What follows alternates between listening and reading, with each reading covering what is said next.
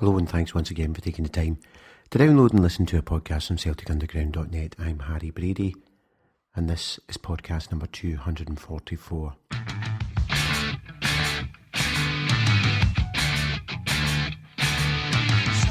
people might say my life is in a rut. I'm quite happy with what I got. People might say that I should strive for more, but I'm so... Apologies for the delay in getting this podcast out. I think I originally promised it for last Wednesday, but a bout of laryngitis and a trip to Legoland were the two reasons why this didn't come out earlier, particularly as young St Anthony recorded this about 10 days ago now, so apologies to St Anthony and his guest.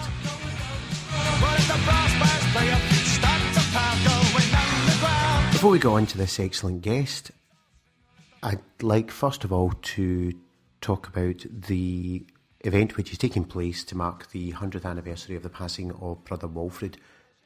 In addition to Celtic Football Club, who on the 17th, Friday the 17th of April, will be hosting a lunch for the homeless citizens and charities they are supporting at Celtic Park. And if you want to contribute to that and donate, you can do so by texting CELT, C-E-L-T 07, followed by £1, £5 or £10 to 770. That's CELT 07. Then £1, £5 or £10 to 70070. You can donate doing that, or you can go online to the Celtic FC Foundation website. In addition to that, to those supporters who are attending the Celtic game midweek against Kilmarnock, there will be a collection taking place for food banks.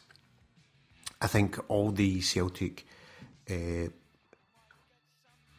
online presence and the affiliation of registered supporters clubs, the AICSC, the Grieve Society, the Supporters Association, the Trust, Uncle Tom Cobley and all, Kano Foundation, Kedale Street, etc., are supporting this excellent idea. And if you are interested in taking stuff along, then ideal stuff to bring along would be sugar, cartons of fruit juice, soup, pasta sauces, tomatoes all tinned, cereals, tea bags, instant coffee, rice, pasta, tinned meat, fresh, tinned fruit, jam, biscuits or snack bars. So remember, in the next few days when you're doing your weekly shop, if you've got a few pennies, pounds to spare, pick up a few extra bits and pieces, bring it along with you to the Celtic Kilmarnock game, bring it to the Celtic Way, and there'll be guys there collecting. So this week is another St Anthony podcast with a St Anthony guest, and it is chief football writer at The Sun, Mr Robert Grieve. I think I've said with some of the other journalists we've had on in the past, my days of reading newspapers are, or picking up tabloids in particular, but really reading newspapers, although I do read them online, so I suppose I do read newspapers, but not really tabloid stuff, or in the past. So I can't really enlighten you on Robert. Apologies if you're listening, Robert. Pass you over to St Anthony, who'll do a much better job of interviewing the guests than I could have ever done. So this is me, Harry Brady, passing over to St Anthony with him, Robert Grieve. It's my pleasure to introduce Robert Grieve from the Scottish Sun for the latest podcast. I can confirm that Robert is a genuine St Mirren fan, unlike some we could mention, and we're going to discuss what's happening between Celtic and St Mirren and look forward to Friday's game. Robert's got the pleasure of being the Sun's main match reporter, and he gets to travel to Champions League games abroad and was in Brazil for a long period during the World Cup last summer. It's a hard job, but somebody's got to do it. So welcome to the podcast, Robert. Thanks very much, Stephen. As always in the podcast, we'll start off. What was your first St Mirren game that you can recall, and who was your first St Mirren hero? As I said to you before we started this, Stephen, I actually really struggle to remember my St Mirren game. I actually struggle to remember any games, even recent games and recent places I've been to and whatever. I started supporting St Mirren in the mid-80s. So you're looking at the 87 Cup final team. Has been the team in that era that I started watching St Mirren. As I say, games, I can't really remember any that stick in my mind. Is the first game going to? I remember being at St Mirren Park or Love Street, obviously, and a game that we played Dundee United. This is you asked me for a game that's stuck in my mind, and this one sticks in my mind. We're playing Dundee United, and it was late in the game, and it was a draw. It was nothing each, and the game was just about finished. Hamish McAlpine picked up the ball, and Frank McGarvey went up to him, just to kind of stand in front of him, and Hamish McAlpine I think he swung for Frank McGarvey, and we got a penalty. So we got a penalty, and we won the game.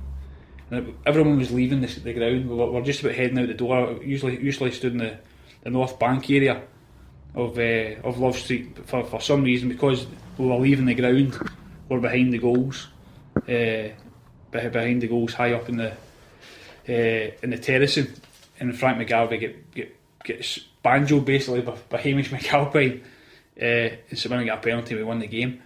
I can't remember my first game. That wasn't my first game. That must have been. I must have been about 12 or 13 by that point. What about heroes then? Who would have been the first hero? I was a mascot for St Mirren, Stephen. In 1987, before St Mirren won the cup. My favourite player who I got my picture taken with was Campbell Money, who was obviously the goalkeeper. At that point, as a kid, I kind of sometimes played in goals, and Campbell Money was my favourite player. But I think generally, if I look back at that team, Frank McGarvey was someone I always loved watching. Fantastic player for St Mirren in the spells he had there.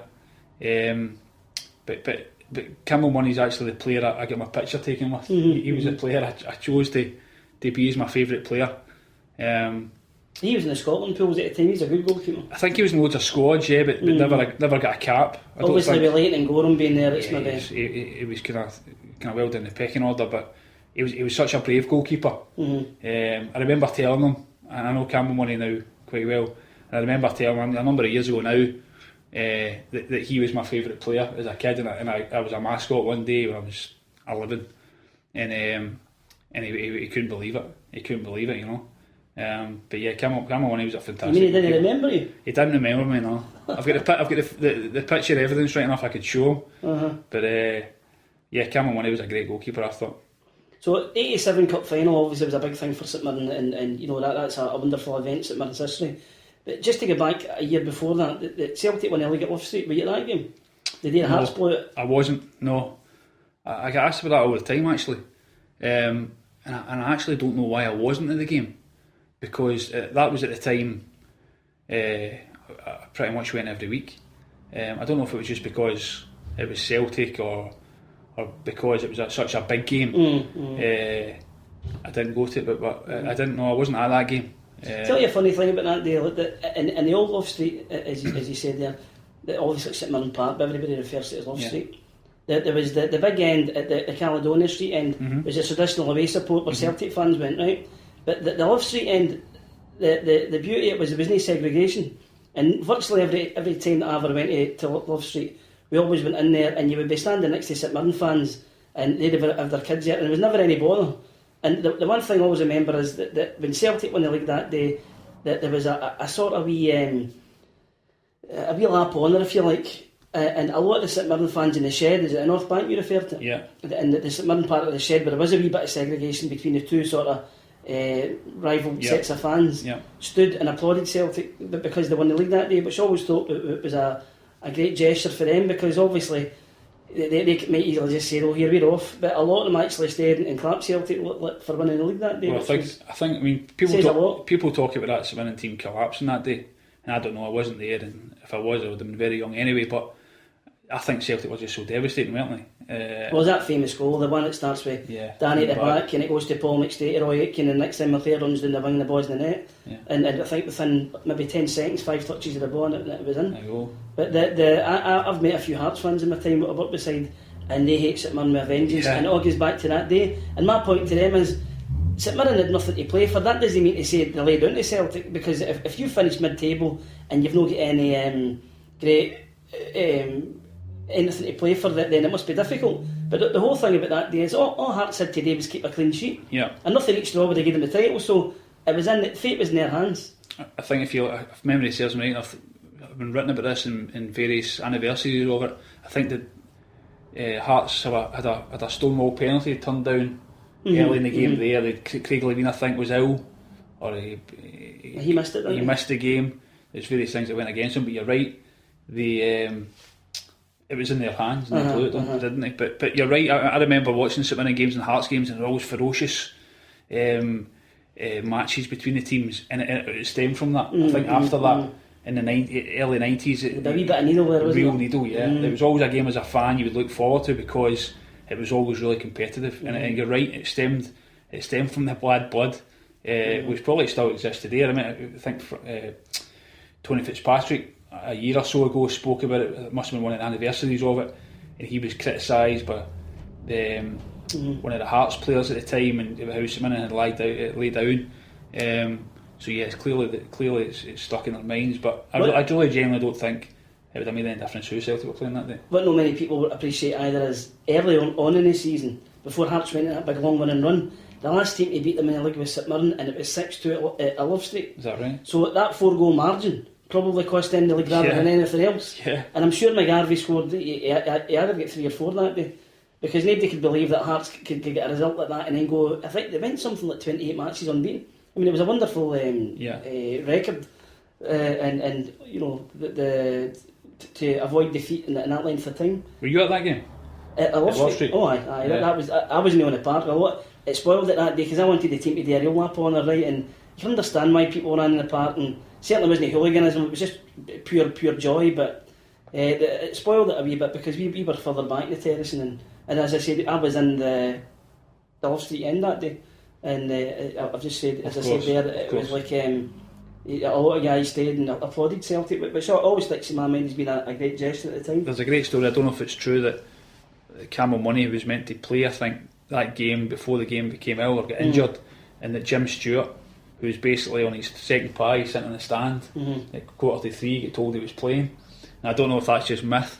That's the kind of things that are normally believable. But you can just imagine he was sitting there in his tracksuit eating a pie and having a bovril and get told he was playing. Next minute he's lost his goal. I've got a story that day about the late Tommy Burns. My dad was a Celtic pools agent, and he went up to Parkhead roughly about lunchtime to pay his pools, and I was sitting in the car waiting on him, and the next thing the Celtic team came out to go into the team bus. Now about 6 months previously, Tommy Burns had been down to the Knights Club in Renfrew for it was a charity thing, it was a presentation thing, so that you get somebody famous and you get it in the paper and that kind of thing. I can't remember what the charity was for. Honestly, it was too far back.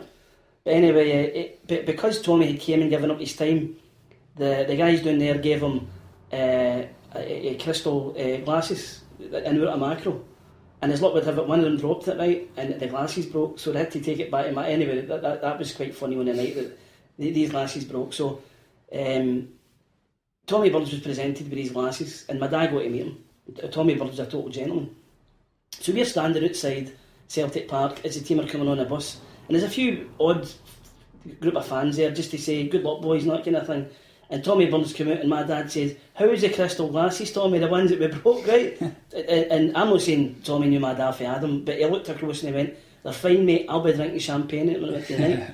And I don't know if that was bravado on his part or he truly believed or whatever it was, but it goes to show how somebody somewhere amongst the Celtic players that day at least had a bit of belief.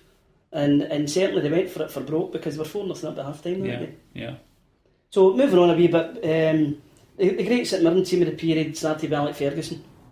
And it's rather ironic that in his CV, St Mirren's the only team that sacked Alex Ferguson. It's incredible when you think about it, isn't it? Mm-hmm. I mean, before my time, I mean, it was the 70s obviously, but it's incredible. I think by all accounts they came up with a list of misdemeanours. There's a handful or a dozen or so misdemeanours that he was guilty of or allegedly guilty of, including swearing at the club secretary and stupid things like this. It's staggering to think that Sir Alex Ferguson, as we know him now, was a manager at St Mirren, the whole Fergie's Furies and everything like that. I'm too young to remember it, but it must have been incredible to be a St Mirren fan. Some team at the time. With that young team, that up-and-coming young team. They won the first division championship and then all of a sudden he goes to Aberdeen. It's incredible. I think a lot of St Mirren fans, I think, look at Aberdeen and look at the story and look at what happened at Aberdeen thinking that could have been St Mirren. I think they look at the players he took to Batodry and the job that he did there, and they almost wish, or they almost think that could have been them. Who's to know? Obviously Aberdeen are a bigger club, or obviously from a city, but St Mirren at that time, well, I think the potential was there. So who knows? But you're right. It's It's worthwhile pointing out this was a different time in football because you didn't have freedom of contract. Yeah. You held on to the players. Basically, if you didn't want to sell, they had to stay. Yeah. Whereas these days, I always feel sorry for. I mean, even teams like Celtic now. You get a player like Virgil van Dijk, and as soon as he gets into that last year of his contract, you know that he's got to go because he can't afford to let his contract run down. Yeah, it's clearly changed days, but then is it such a bad thing? I mean, you had clubs back then, up until Bosman, who you say they held on to players' registrations and they basically had all the power. You had stories, the Dundee United stories of players signing 10-year or 2-year contracts with an 8-year option, you know, that sort of thing, in the side of the club. So I think that change wasn't necessarily a bad thing, but you're right. It's totally different now. It's so much more in the favour of the player. If you're a good player, then you hold all the aces.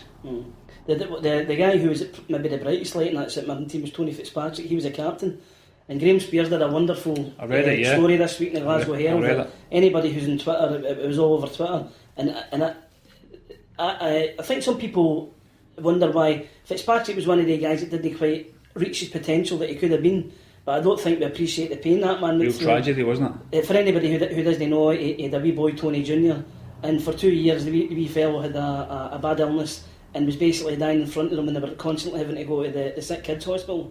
And honestly, I can't tell you how emotional I felt reading that, and you think it's hardly surprising that he didn't achieve what he might have achieved if things had been a wee bit different. Absolutely, I read the piece and thought the same thing, Stephen. There's been a lot of coverage with a lot of articles on Tony recently because he's brought out his book, and I think it's terrific. I know Tony well, and he's a real gentleman. But you think I wasn't aware of that story. Growing up as a St Mirren fan in the 80s, watching Tony, he became St Mirren manager a couple of times, and I didn't know that until very recently. That's what had happened. And it was real sorrow for him to deal with. I knew his son had died, but I thought it might have been in more sudden circumstances. But he shielded it very well because the 2-year thing is it's happening. Yeah. You're right though. He was a fantastic player. I mean, I think the time I remember, like I said, that keeps talking about that 87 team. He was nearing the end of his playing career by that point. But people talk about him. My dad talks about him, the player he was in the Ferguson team of the 70s. He was a real. And it was a team full of good players. You'd McGarvey, Stark, Peter Beard. You know, Ian Munro. All these guys were like Scotland internationalists at the time. You know, they were a fantastic bunch. So if I can talk about the current Saints setup now, it's no. Do we really need to? Well, what I was going to say is, off the park, they're looking to sell. Is there any news in regards? Is there interest in the club? I don't think there is. No. There's been various parties looking, or various parties mentioned with a view to buying the club.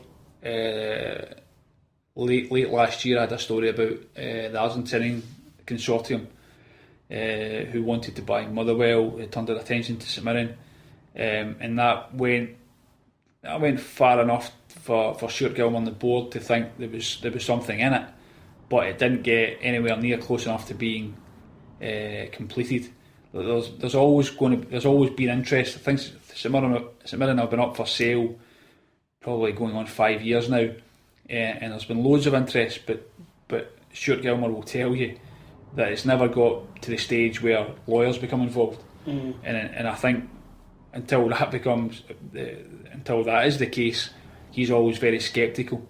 Whenever there's certain gentlemen mentioned or certain consortiums who even approached them, until it gets to the stage where there's written contracts going to be signed, I don't think they get very excited. But I think they've been led down various paths and been put off.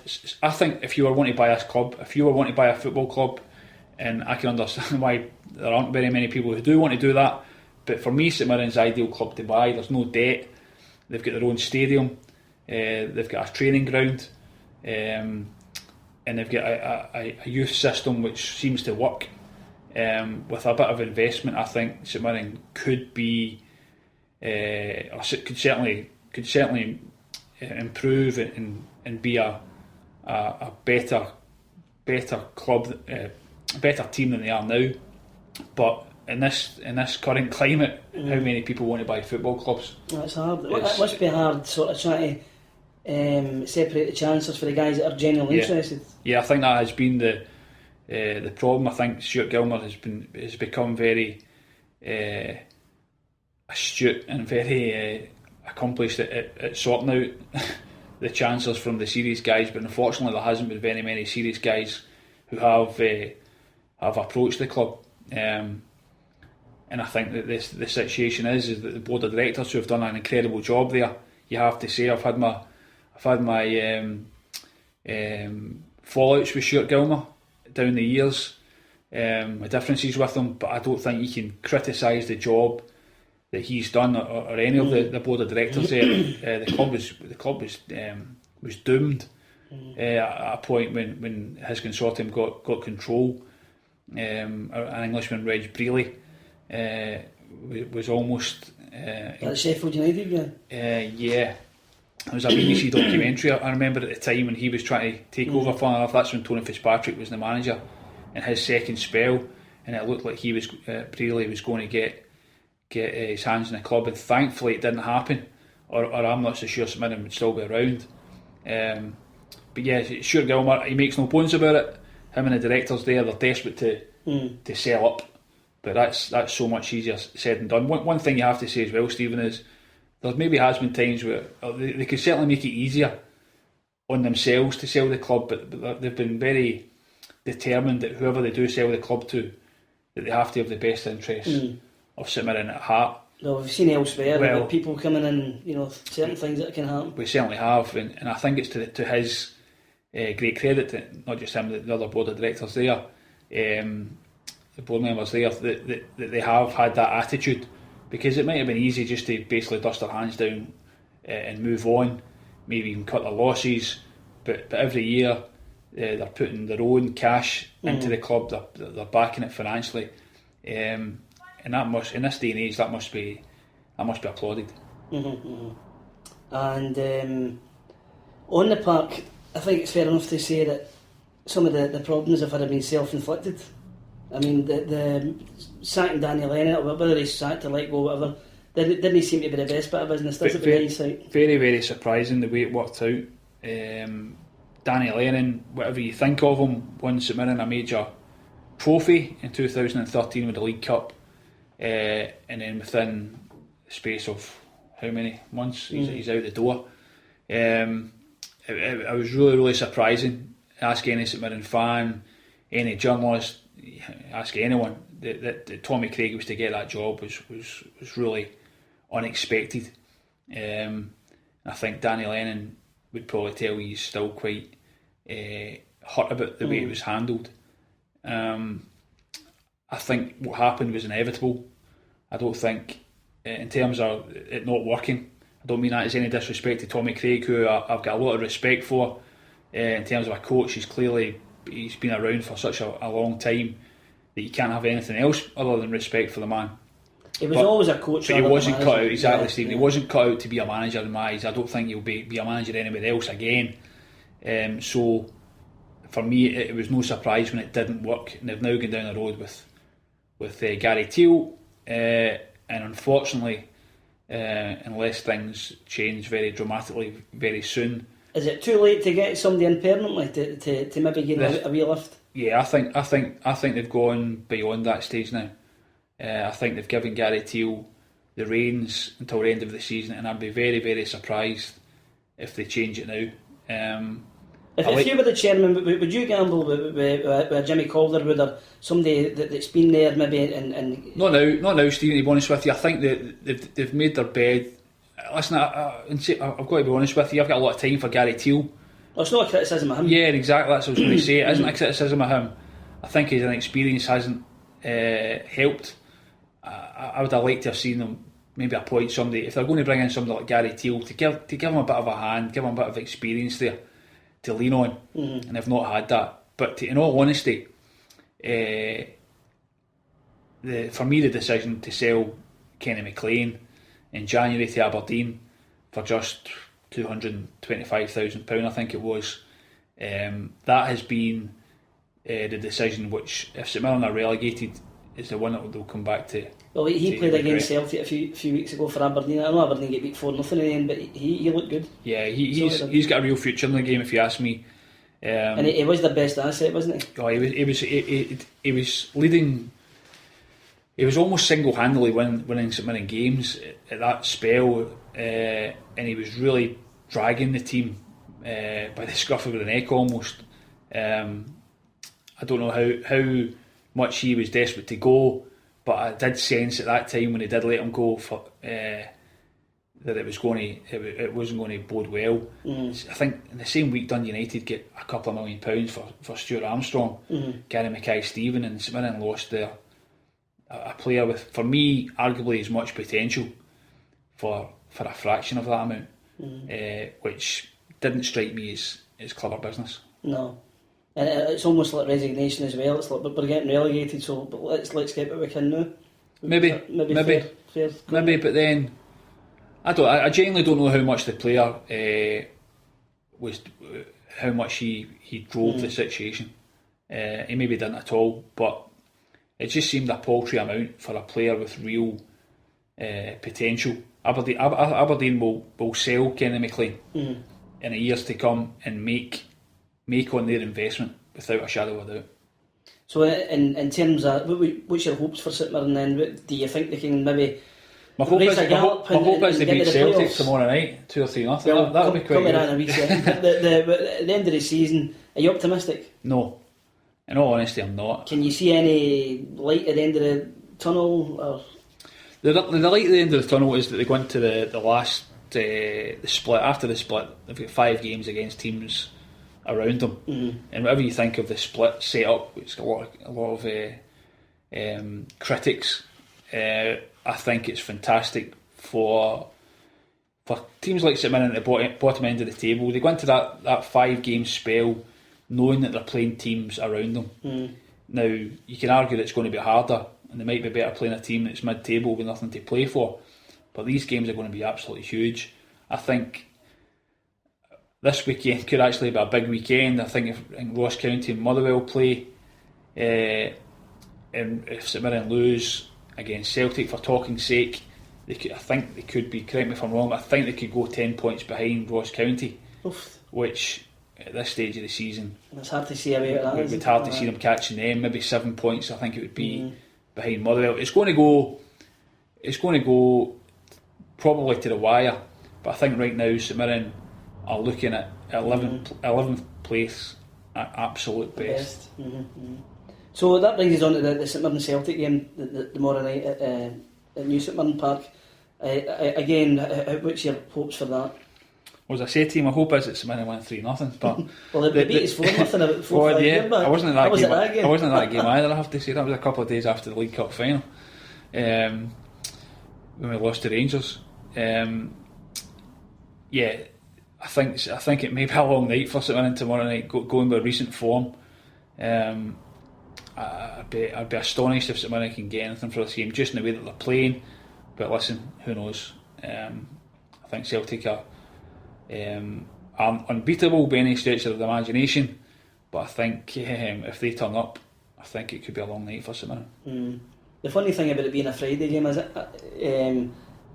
I did a bit of research for that, the book that I brought out there about the 78-79 season, and there's a game that Celtic fans in my eyes remember fondly, was a Friday night game between St Mirren and Celtic at Ibrox of all places, because Love Street was getting redeveloped, and at that time we went to the game, the Copeland Road stand was halfway built, and Ibrox was a bit of a mess as well, but every time I hear St Mirren on a Friday night, I always think back to that game. Was that the first championship that Big Billy won? 79. Yeah, they won it that night. They didn't win at that, and they would beat Rangers to win a few weeks later. Right. But Celtic came out of nowhere and came in with a great run near the end of the season. And that's one of the games that the players always look back to and think that was one of the nights that we thought, well, after we won that game, because St Mirren had a good team at the time, you were playing at Ibrox. It was probably worse for St Mirren because they weren't playing on their home turf. And it was an odd situation because not only was Love Street getting redeveloped, but Ibrox was as well. But anyway, we were squeezed into Ibrox that night and Celtic won 2-0. So bringing us on to the Celtic this season, what's been your opinion as a journalist this season in Celtic's progress under Ronnie Dial? I must admit, I've been impressed, very much impressed with Ronnie Dial since day one. I like the guy. I like how he conducts himself. I like the way he speaks. You ask him a question, you get an answer. Very similar to Neil Lennon in that regard. You can ask him anything and he'll tell you what he thinks. It was very difficult for him to begin with. I think that the European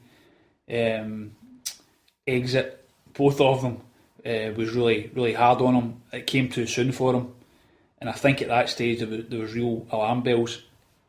I think there was probably real alarm bells going off inside Celtic Park, in all honesty, at how things were beginning for him. But I don't think there's any doubt that over time his methods behind the scenes at Lennoxtown and the way he's put his stamp on those players has slowly but surely worked.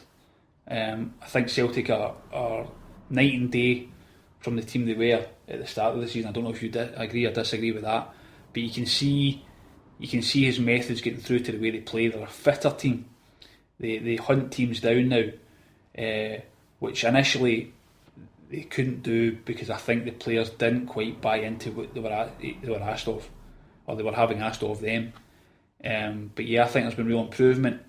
The problem I think Ronnie Dial has got is that the players he's going to lose this summer, it may be another rebuilding job. If he loses Virgil van Dijk, Jason Denayer returns to Man City, that's two of his bigger players, and I think that's sadly that's going to happen every season. Exactly, and I mean, one season you lose a Wanyama, the next season you lose Fraser Foster, the next season you lose Van Dijk. That's going to be and that's such a shame, isn't it? Because I think if he could keep some kind of stability there and build something with a young team, then I think he could go from strength to strength.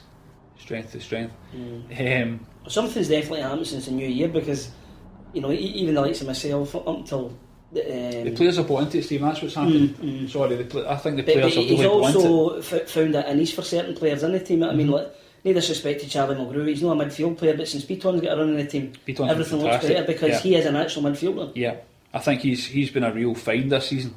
He's been one of the real stars in that team for me. I think I was talking this the other day in terms of player of the year and who you maybe end up voting for. I mean, Scott Brown again has been fantastic. I mean, you look at other areas of the team and who's performed. Craig Gordon has been what a signing that's proved to be. But for me, Scott Brown has been the real driving force in that team again. So who would be your vote for player of the year this year then, now that you mentioned it? It would probably, it would probably be between those two players. I was talking about this the other day, and I think the Craig Gordon story is such a fantastic story in terms of this is a guy who thought he was finished, a guy who thought his career was over, and here he is out of the European games. He was fantastic, and I think he's been different class just about every game he's played.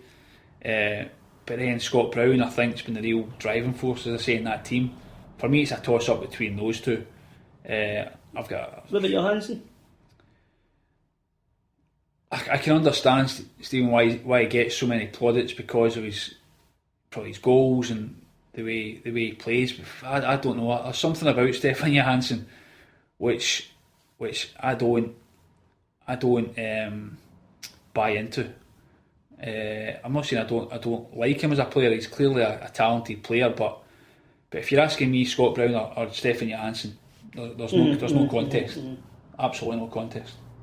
So there's been rumours, but certainly no rumours, because Ronnie Dial was talking about it the other day, that Danny Wilson for Celtic. Do you see that being a goer, and do you rate Wilson good enough to move to Celtic? I'm not so sure, in all honesty. I think there's certainly something in it. There's no doubt about that. He's clearly on the Celtic's list, a lengthy list. I'm sure it'll be, but I think he'll definitely be on it. I think Ronnie Dyer has spoke quite openly about trying to. I mean, he spoke, didn't he, saying about the vast majority of the Scotland squad were on his list. Obviously, Danny Wilson's not in the Scotland squad, but yeah, he's a ball playing centre half, isn't he? He's a player who can come out from the back, left sided, comfortable on the ball, and I think that's very much the mould of player that Ronnie Dyer will be looking for. So yeah, I could see him. I could see him fitting in. He would clearly have to step up. He's been playing Championship football for a season. I have to say, I was never convinced with him, even when he was a Rangers player. Like, there used to be guys in my work, Rangers fans, and they would all be raving about him. And any time I saw him, I thought, that boy did look anything special to me. I think he reads the game very well. I think he's got a lovely left foot. Does he get pace? And he's quick, yeah. I think he's quick. Is he strong enough? Is he physical enough? Is he a commanding centre half? I don't think he is. But as I say, I think Dyer is probably looking for other attributes in his centre halves. It'll be very interesting. I'll be really interested to see what happens in the summer. Ronnie Dyer speaking yesterday, Virgil van Dijk himself speaking as well, how he's not even thinking about a move in the summer.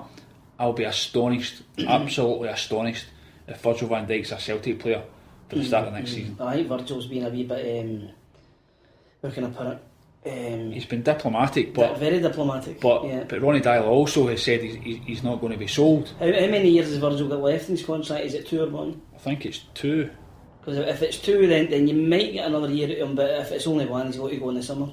The board have made that clear. I don't think it is 1 though. I think it is 2 years. I could be wrong. But as each year passes, the price goes down. Yeah, absolutely. This is a worry.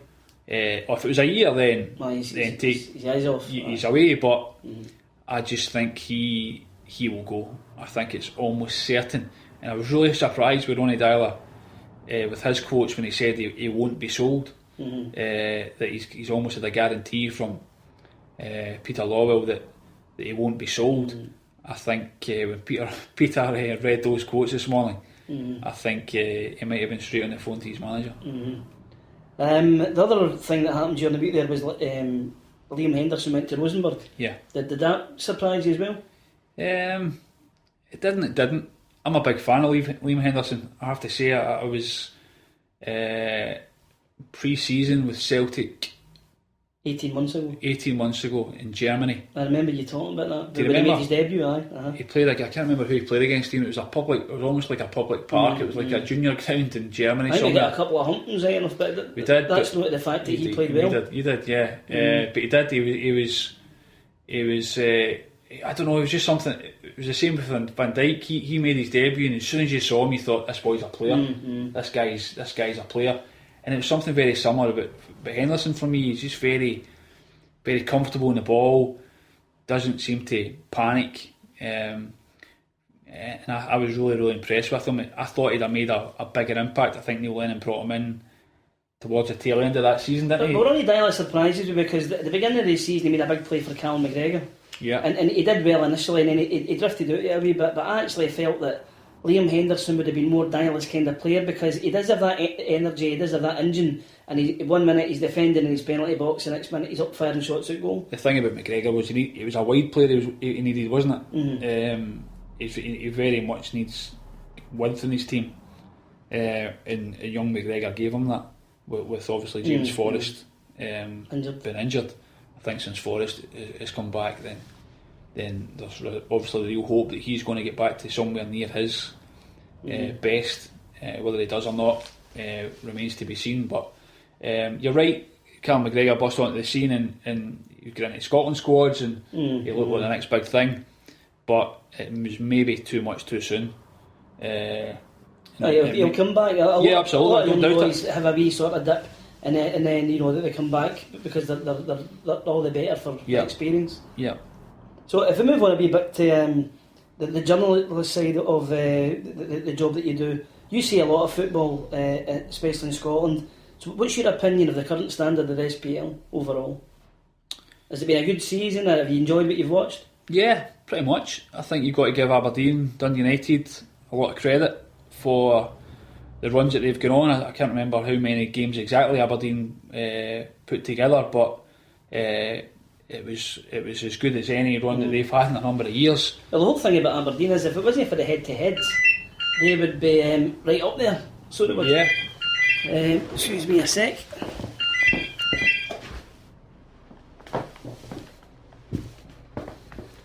And the Aberdeen, as I said, the head-to-heads, if it hadn't been for Celtic winning those games, then they would be much more even. It's almost as if Aberdeen, I'm not saying that the two that the Aberdeen Celtic games, Aberdeen were very unlucky. Yep. And then in the third one, Celtic tended to overpower them in the end. Yeah, I mean, there's no doubt. I mean, you could if you wanted to be critical, then you could point to them and how they fell short in those games against Aberdeen. I think the game at Pittodrie, which was the defeat that kind of sparked a run. Was it Van Dijk scored stoppage time or the last minute, didn't he, to win the game? Or beat 10 men. Yeah. I mean, had that not gone in, then how different it would have been, I don't know. But for me, Celtic are the best team in the league. I don't think there's any doubt about that. I think they were always going to win the league, and quite honestly, so they should. With the squad that they've got, with the money and the resources they've got, absolutely they should be winning the league. But again, I think Aberdeen have been, I think, deserve an enormous amount of credit for at least making it a title race. Whether it's still a title race, you could argue it isn't anymore, but up until that game a couple of weeks ago, Aberdeen were right in it, and fair play to them. I don't think you can, or I think you should give them real credit for that.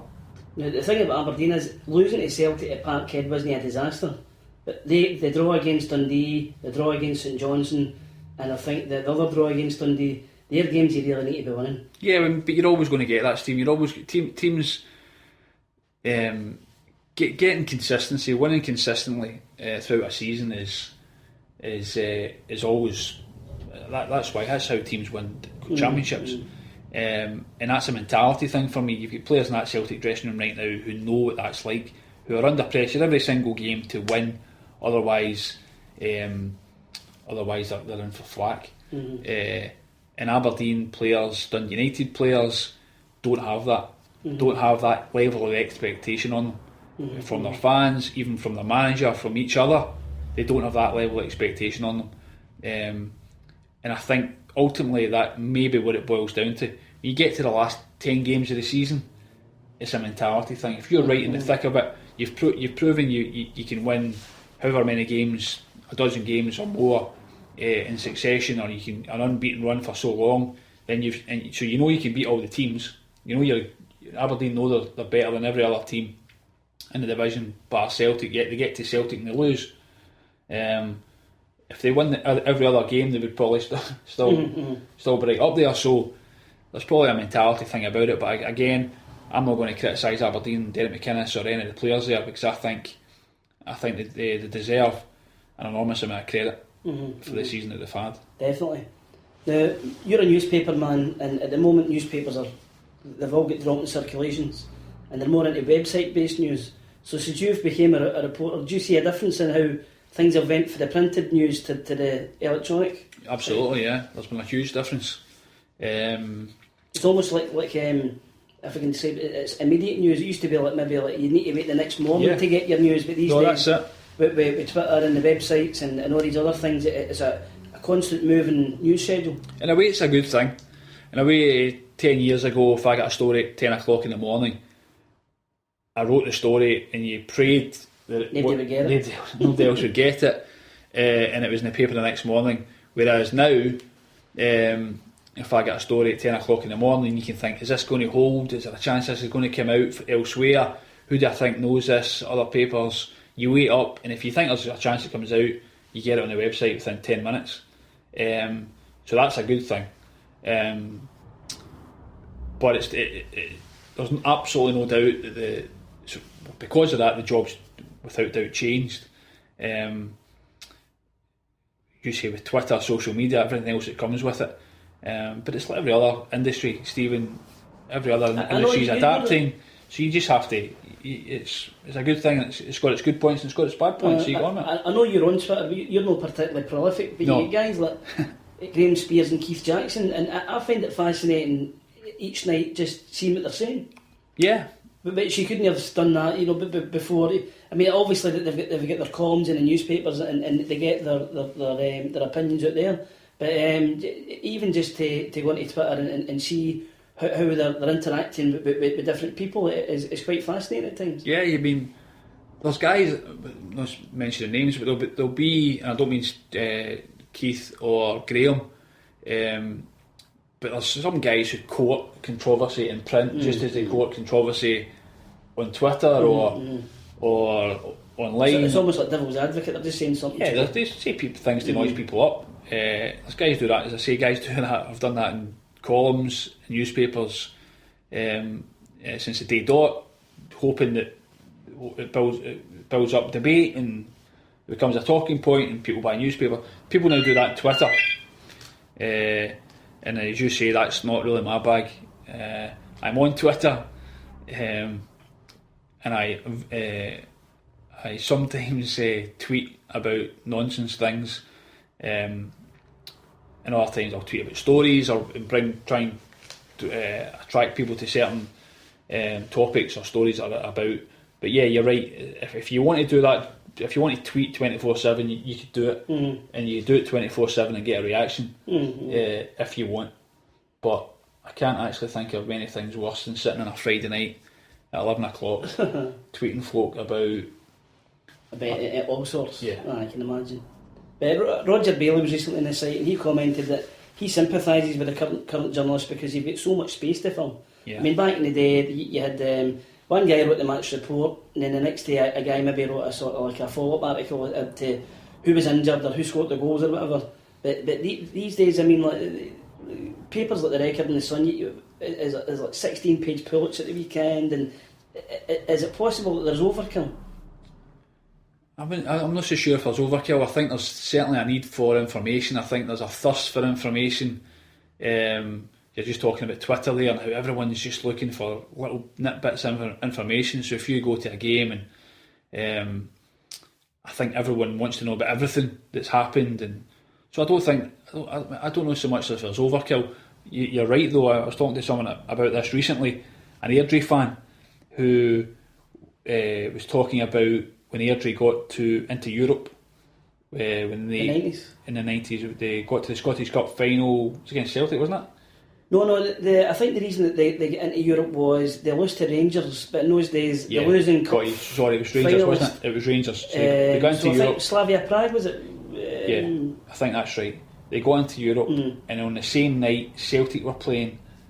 I think Rangers were playing. There was basically 4 European games, Scottish teams in the one night, and the 4 games were on what we call a spread. The 2 pages had 4 games, 4 match reports on that one spread. Whereas, as you say now, if I go to a Champions League game with Celtic or whoever, you do 7 pages on the one game.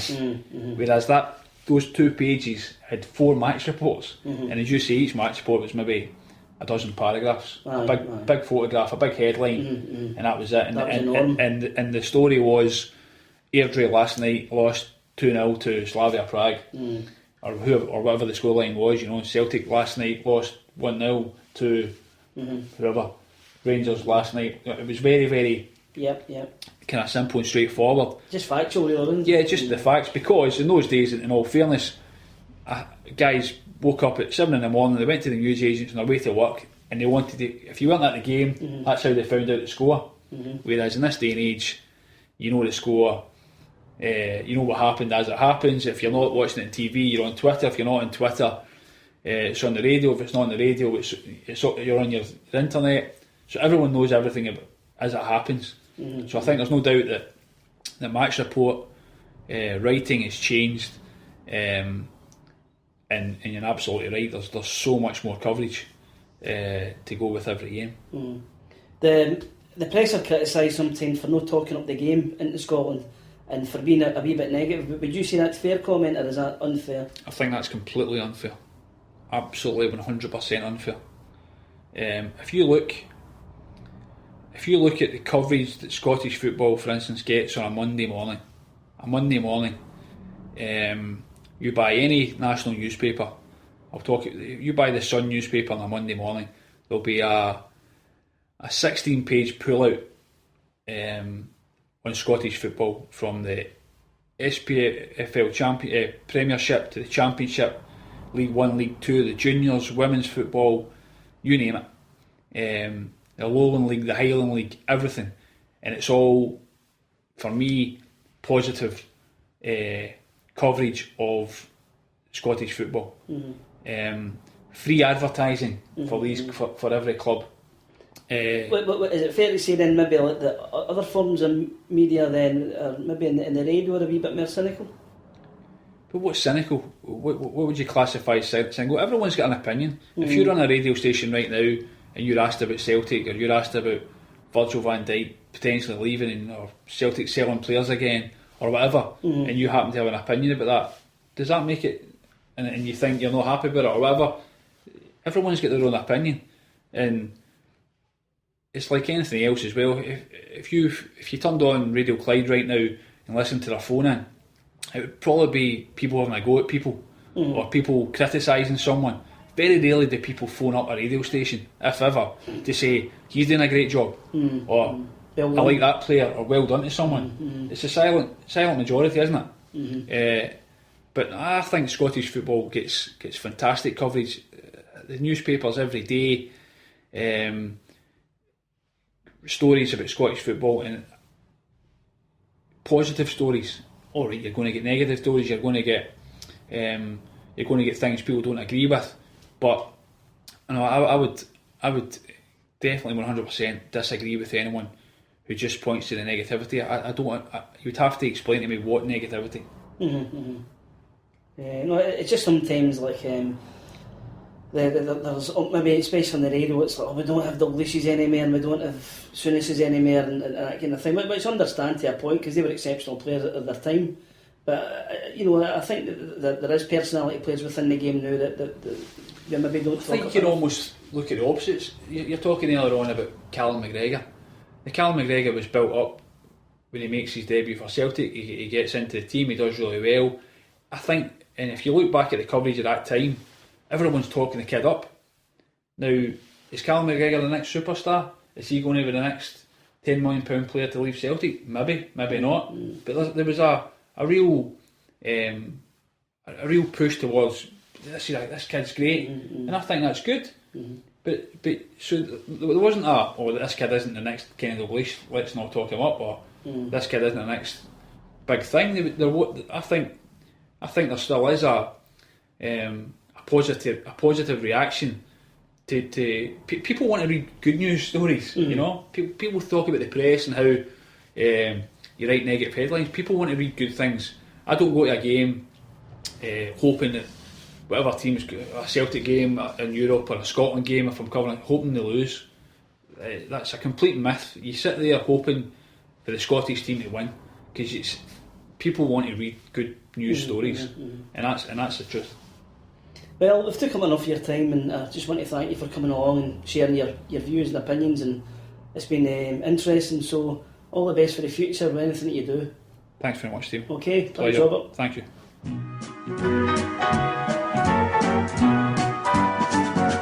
Bring me sunshine. So I hope you enjoyed that podcast and interview from St Anthony with real St Mirren fan and Scottish Sun chief football writer Mr Robert Grieve. As I said at the beginning, apologies Robert, but I don't read tabloids, don't really read newspapers anymore. Just get my stuff online, which I suppose some of it is newspapers and blah blah blah. Anyway, so I'm sure you enjoyed that. As I said earlier, we've got some excellent podcasts lined up with guests, a couple in Augusta and a couple of others who, for what they do for a living, it will be towards the end of the season, but some good podcasts lined up. We'll go well beyond 250 and onwards. I know at the beginning of every podcast I thank everybody for downloading and listening to blah blah blah, but genuinely the numbers of people who download make it worthwhile to do this. It's not just for some navel-gazing fun, and it's actually not to sound like some sort of bad local radio DJ, but it is actually heartening when you get some of the emails you get in thanking you for doing the podcast. So specifically in the last week, I've got a note of emails from Martin Della, Ian Kerr, Scott, or Scotty12301, and also a thanks to Jeb Rover, who helped, because I'm not on Android, and when we had a bit of an issue with the Android app, he was letting me know if it was working or not. So thanks to everybody. Thanks once again for downloading. Hope you enjoyed the podcast. More will be along soon. This is me, Harry Brady, saying good night. Good night. Bring me sunshine, bring me love, sweet love. Bring me fun, bring me sunshine, bring me